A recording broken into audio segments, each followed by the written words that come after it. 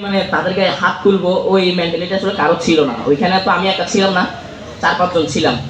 তো ওই মেন্টালিটি কারো ছিল না যে তাদেরকে মারবে বা তাদেরকে হাত তুলবে। তখন তাদের কথা শুনে বলছে ঠিক আছে যান, আপনারা আমাদের ক্ষতি করেন নাই বলতেছেন তো যান পালান এখান থেকে। তো তখন হচ্ছে মাহবুব সহ বাকিটা চলে যায়। এরপর হচ্ছে আমাদের রুম পরিষ্কার অভিযান শুরু হয়। আমরা অভিযানের নামটা এইভাবে দিয়েছিলাম যে রুম পরিষ্কার অভিযান। তো তখনকার সময় প্রত্যেকটা ভবনের দোতলা এবং তিনতলা, আমাদের হলে সবগুলো ছিল ছাত্রলীগের দখলে, দোতলা এবং তিনতলা প্রত্যেকটা রুমে একজন বা দুইজন করে থাকতো। এবং আমরা যখন রুম পরিষ্কার অভিযানে গেলাম, মানে আমরা গিয়ে খুব লিটারেলি অবাক হলাম। কারো রুমে এয়ার কুলার, কারো রুমে মানে ভালো মনিটর বসায় রাখছে, টিভি, সোফা। আমরা দেখে খুবই অবাক হয়েছি। আমরা থাকার সিট পাই না, তারা এক রুমে একজন দুইজন করে থাকে এবং প্রত্যেকটা রুমে টিভি বসানো, প্রত্যেকটা রুম সুন্দর মতো ফ্লোর ম্যাট দিয়ে ইয়ে করা। তো তখন আমাদের রাগ আরও খুব বেশি বেড়ে যায়। তো স্বাভাবিকভাবেই আপনারা জানেন তখন যা ঘটেছিল যে প্রত্যেকে তখনকার সময় ছাত্রলীগের যে জিনিসপত্র ছিল, সাধারণ শিক্ষার্থীরা প্রত্যেকে রাগের ক্ষোভের মাথায় সব কিছু ফেলে দিয়েছিল, ভেঙে ফেলেছিল, সব কিছু ছিল রাগের ক্ষোভ। তখনও পর্যন্ত সাধারণ সভাপতি শান্ত সে তার রুমে অবস্থান করছে তখনও পর্যন্ত। এবং আমরা শুনতে পেয়েছি, আমরা জানি না ঘটনা কতটুকু সত্য, আমরা শুনতে পেয়েছি যে তখনকার সময় হলের কিছু বড় ভাইও নাকি তার মানে শান্তকে সেফ এক্সিট দেওয়ার জন্য অনেক চেষ্টা করেছে। আমরা জানি না ঘটনা কতটুকু সত্য, যেহেতু সত্য মিথ্যা জানি না, এটা নিয়ে আসলে কথা বলা উচিত না। কিন্তু আমাদের কানে এমন খবর এসেছিল যে হলে অবস্থান করছে, সেই সময়ের কিছু ভাই শান্তকে সেফ এক্সিট দেওয়ার চেষ্টা করেছে কলাপসেবল গেট দিয়ে, যে গেটটা তখন আমরা বন্ধ করেছিলাম।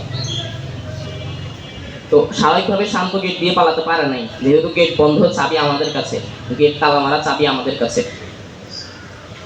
পরবর্তীতে আমরা শুনলাম যে শান্ত তার রুম তালা মেরে সে দোতলা দিয়ে লাফ দিয়ে পালিয়েছে। তার রুম ছিল 3 তলায়, সে দোতলায় নেমেছে, দোতলা থেকে সে লাফ দিয়ে পালিয়েছে, পিছনে হলের পিছনে দোতলা থেকে লাফ দিয়ে সে পালিয়েছে।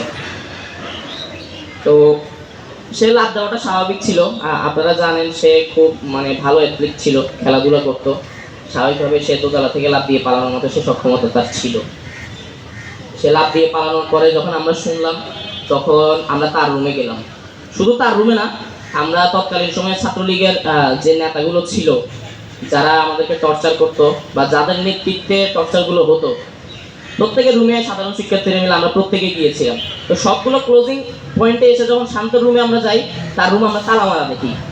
এবং তখন আমাদের হাতে এমন কোনো কিছু ছিল না যে যেটা দিয়ে আমরা তালাটা ভাঙবো, কিছুই ছিল না সত্য বলতে।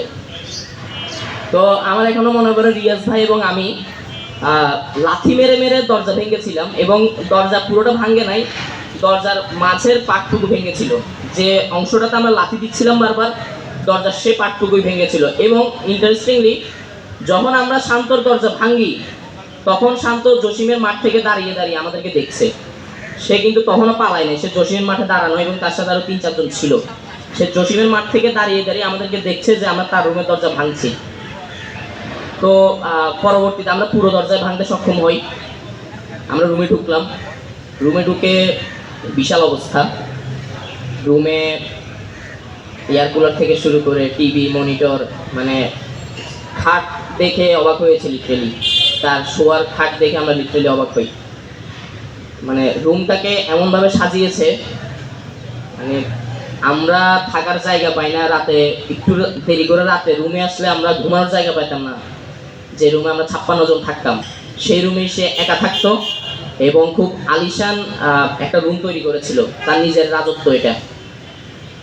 তো তার রুমে অনেক কিছু ছিল, সাধারণ শিক্ষার্থীরা সেগুলো ভাঙতে শুরু করে, ফেলে দিতে শুরু করে রাগের ক্ষোভে। পরবর্তীতে আমাদের এই ক্লিনিং অভিযান আস্তে ধীরে শেষ হয়ে যায় প্রত্যেকটা রুমে। ওই রুমে তখন আমার মনে